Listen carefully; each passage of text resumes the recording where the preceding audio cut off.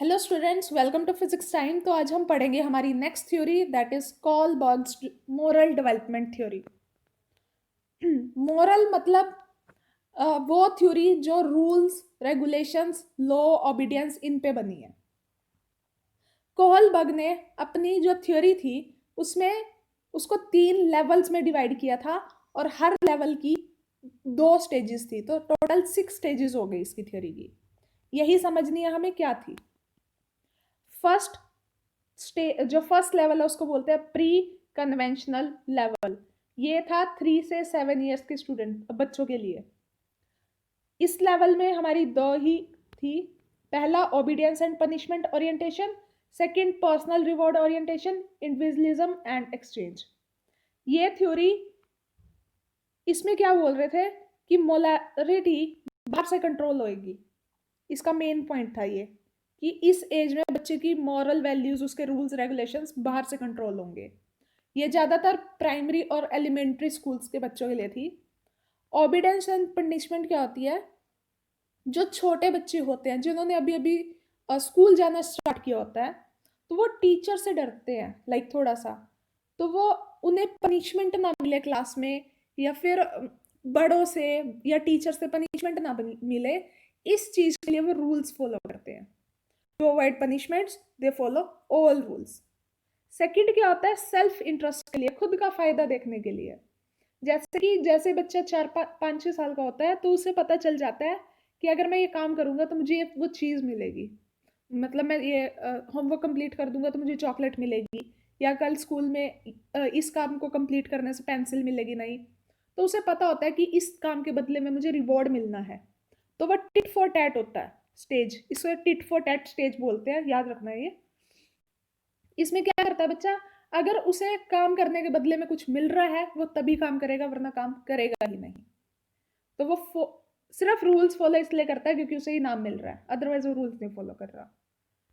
इसके बाद second stage आती है, सेकंड लेवल, कन्वेंशनल लेवल। ये ज़्यादातर एडोल्सन, 8 से 13 बोला जाता है, लेकिन टीन एज में भी ये आ ही जाता है। यंग एडल्टहुड, जो थोड़े बड़े बच्चे हो जाते हैं, बचपन से निकल जाते हैं। पियाजे ने इसी लेवल का नाम क्या दिया है? Concrete operational stage. अब इसमें वो क्या करेगा? मोरालिटी जो है, अब उसकी रूल्स फॉलो करने हैं। वो क्यों करेगा? क्योंकि वो सोसाइटी में राइट रॉन्ग समझना शुरू करेगा थोड़ा थोड़ा। इसका फर्स्ट स्टेज है इंटर पर्सनल रिलेशनशिप। इसको दूसरे नाम से जाना जाता है गुड बॉय बैड बॉय। और ये बहुत इंपॉर्टेंट है, गुड बॉय बैड बॉय तो बहुत ज्यादा इंपॉर्टेंट है। कैसे? जब 8 9 साल का बच्चा हो जाता है तो उसे अपनी क्लास इमेज की बहुत चिंता होती है। तो आप बच्चों को ये बोलते हो ना कि आप तो अच्छे बच्चे हो ना, आप तो बहुत अच्छे बच्चे हो, उसे ये कह के काम करवाते रहते हो। क्लास में अगर टीचर ने उसको अप्रिशिएट कर दिया कि she is very good girl, he is very good boy, ये बेस्ट स्टूडेंट है, ये मतलब बेस्ट स्टूडेंट का अवार्ड दे दिया, तो वो गुड गर्ल गुड बॉय के चक्कर में सारे काम करता है। उसे अपनी वो क्लास इमेज बचानी होती है रिस्पेक्ट के चक्कर में, कि मेरे आसपास वाले मुझे रिस्पेक्ट देंगे अगर ये मैं ये काम करूँगा। जैसे पार्क में हो, किसी बच्चे की हेल्प कर दी, किसी को चीज़ शेयर कर ली, सामने वाली आंटी ने बोल दिया ये तो बहुत अच्छी बच्ची है, तो वो चीज़ सुनने के लिए, वो अपने लिए रिस्पेक्ट गेन करने के लिए काम कर रहा है सिर्फ इस स्टेज में। Next, maintaining the social order. जब बच्चा थोड़ी सी और एज में आता है ना, 13 14 साल की एज में, तो उसे लगता है कि रूल्स रेगुलेशंस फॉलो करना सही होता है। वो इसलिए रूल्स रेगुलेशंस फॉलो करता है। मतलब अब प्रॉपर इसमें देखा जाए, हमारे सारे रूल्स रेगुलेशंस बाहर से कंट्रोल किए जा रहे हैं।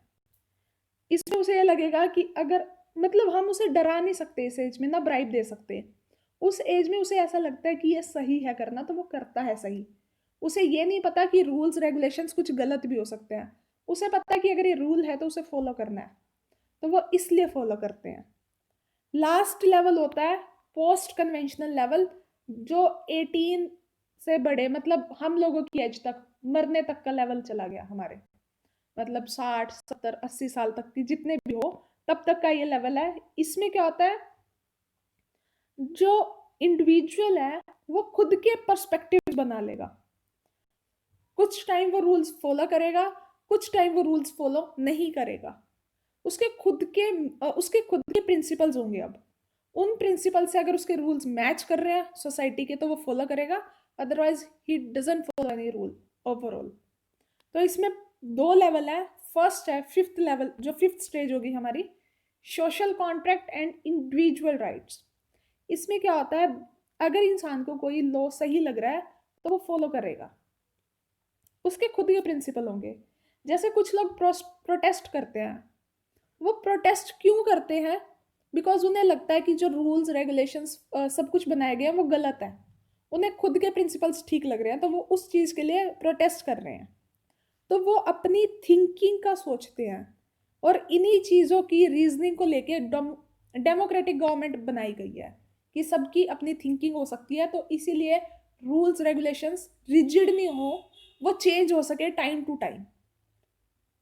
लास्ट लेवल है, इसको मैंने दिया है महान लोगों का level, universal ethical principle orientation.